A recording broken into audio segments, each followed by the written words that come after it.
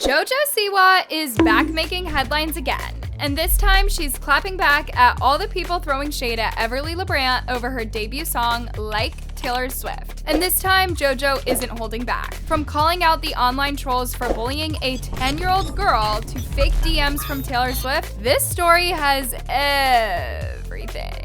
Okay, Everleigh, we've got some great lyrics here. Now, the song is called Like Taylor Swift, so I think we should name drop as many Taylor Swift songs as possible.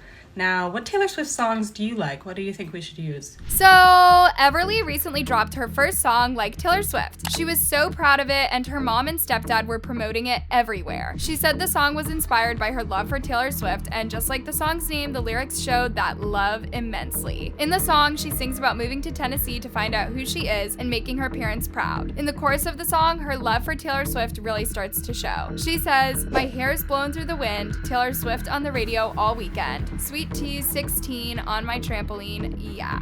But that's not the part that has gotten the internet all mad at Everleigh. In fact, the controversial part of the song comes later at the bridge of the song when she name drops a bunch of Taylor Swift songs. She sings Like a Love Story, Like a Dear John, Like a Bad Blood, and kind of like our song. Like I Knew You Were Trouble, You Belong With Me. Are you ready for it? Are you 22? Made you shake it off, or look what you made me do. Never grow up, never find a lover. Sparks fly, 15. Can I get a cruel summer? That's okay, don't worry about it. I'll just look up a list of Taylor Swift songs and we will just put those in with the lyrics. All right, let's try. Okay, Everleigh, sing this. Now, this has got a lot of people online very angry, with some even comparing it to the infamous Rebecca Black song from 2011, Friday. Just take a look at these comments from people who weren't impressed by Everleigh's song. Wake up, the new Friday just got released. She's going to be embarrassed by this like Rebecca Black did about Friday. If you guys like this, you owe Rebecca Black an apology. It's giving Friday by Rebecca Black. What's Like a Dear John even mean? Like, bruh. This is literally the Rebecca Black Friday of this generation.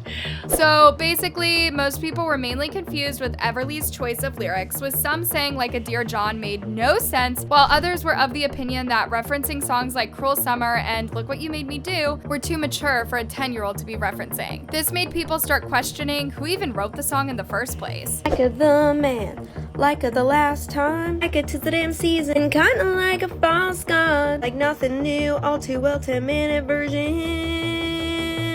Are you 7? Are you a mad woman? Made you Coney Island, would've, could've, should've. Her question, never breathe. Tolerated gold rush, can I get a great war? So rumors started spreading that Everleigh's parents were the ones who actually wrote the song for her. But her stepdad Cole even made a TikTok claiming that Everleigh wrote the song herself. But with a quick check on the song's description on YouTube, I found out that the songwriting credits are actually given to the LaBrant family. I mean, Everleigh is part of the LaBrant family, so that's why they put it there. But her parents are also part of the family, so they easily could have also written it. I don't know, what do you guys think? While yes, it is a possibility that Everleigh herself was like, I want to be a singer, I want to put out a song. I think honestly the more likely scenario is that either her parents came to her and said, oh my gosh, Everleigh, wouldn't it be amazing if you wrote a song and sang it and had your own music video? Or people on the parents' team, because remember, this is their full-time job. They are influencers. They use their children as their content. Anyways, after people started hating on Everleigh's song, her mom decided it was a good idea to post one of the dodgiest looking screenshots ever that's allegedly from Taylor Swift herself, and apparently Taylor heard the song, loved it so much that she wanted to perform it with Everleigh at her next concert. Not gonna lie, I don't think for a second anyone in their right mind believed that this was actually Taylor Swift. Like, who in the world gets told by Taylor, I'm gonna sue you, and their first reaction is, oh fart. Also, why didn't Taylor start by saying hi? I might be wrong, but ain't no way this screenshot is legit. Purely on the graphic design of the cover. Like, all I'm saying is they have so much experience creating content, and it looks like they used Snapchat fonts over a picture of their daughter. Bruh.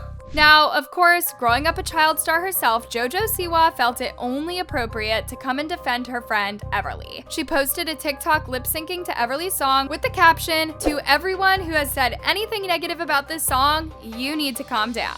She also wrote a lengthy caption with the video, saying all this with love. As the now 20-year-old who was once the 10-year-old growing up in front of the internet, I want to say that anyone that's been saying negative things about this song or Everleigh herself, lose your ego and grow up. First, the song is adorable and insanely catchy. And second, bullying isn't cool, it's not funny, and it's not trendy, ever. Especially when it's directed at a 10-year-old and her first song made by people much older than her. Some even adults. If you've posted something knocking this, you should be embarrassed. I also, without a doubt, can say that Everleigh is one of the kindest and hardest working kids I've ever had the joy of getting to be around, and she absolutely deserves all of the love and success she has. It's great that Jojo Siwa is coming to Everleigh's defense. Like, somebody fucking needs to. Like, I agree that the hate has not been directed towards Everleigh, but I think Everleigh needs to see that there are adults who are willing to go to bat for her and protect her. So I think Jojo Siwa publicly speaking out like that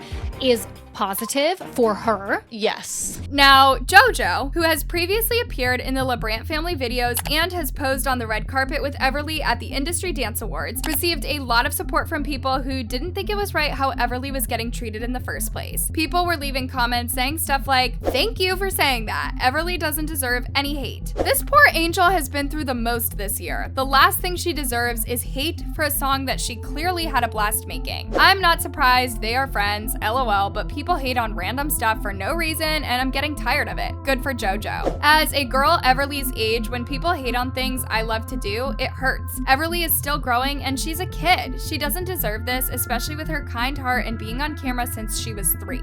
I don't think any 10-year-old girl should be bullied online by anyone, nevertheless adults online. Also, I do not think any parents should subject their 10-year-old child to the bullying of adults online. Get what I'm saying? Now, of course, amidst all of this back and forth, people were starting to say that it's not right how Everleigh's parents put her in the spotlight like that. It also brought up the issue of how YouTube families are willing to exploit their children for views, not really caring about the effects it might have on them in the future. Family channels are just so fucking weird. Why does this keep happening to Zealand Skin? I don't know. Maybe see a doctor about it. Don't post a YouTube video with a thumbnail of your daughter's rash. Poor kids, man. Now, this isn't the first time the LaBrant family has been accused of using Everleigh to get views. When Everleigh was 6 years old, her parents decided to play a prank on her and tell her that they were giving her dog away. Cole and Savannah LaBrant uploaded a now deleted April Fool's video titled, "We Have to Give Our Puppy Away, Saying Goodbye Forever." You okay? Come here. What's the matter? What's the matter? Cole and Sav pranked their 4-year-old Everleigh into thinking she'd have to give away their beloved family dog, Carl. So the video started out like one of their regular day-to-day vlogs until the 7th minute where it cuts to Everleigh, who is visibly sad, and you can hear her parents telling her the fake news that they are giving her puppy away, and then he asks her how she felt.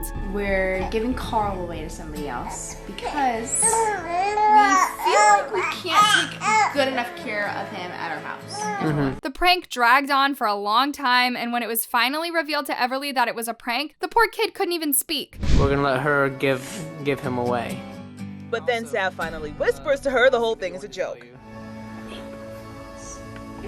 After uploading the video, people weren't happy about it in the comments. They wrote stuff like, "This was emotional abuse, hurtful and immature. Why parents flaunt their lives and children for the world is beyond me. Children who have no say if they even want to be on camera." I think it's less about the prank and more about the awkwardness about this family posting so much of their child for the whole world to see. Will be interesting to see how their daughter feels later in life that her whole childhood is out there for everyone to see forever. I think they took this prank prank way too far. It's just like saying your dog died and then your parents were joking. Doesn't matter if she's 6 or 4, still way too far. As a teenager, I would have broken down crying too. I'm glad my parents don't play such cruel jokes on me. I'm so disappointed in Cole and Sav. I mean, this joke was absolutely terrible. People should not joke like that. Everyone needs to chill. It's just a joke. Really? Normally I would agree with this, but the problem here is that they pulled a cruel prank on their child. Maybe you don't feel it's cruel, but we're talking about a 6-year-old girl who doesn't fully understand the concept of it's just a joke. To even put it in her head for even a few minutes that she would no longer have the dog she loves so much is cruel. If they wanted to pull a prank on her, they should have done something that was less harmless.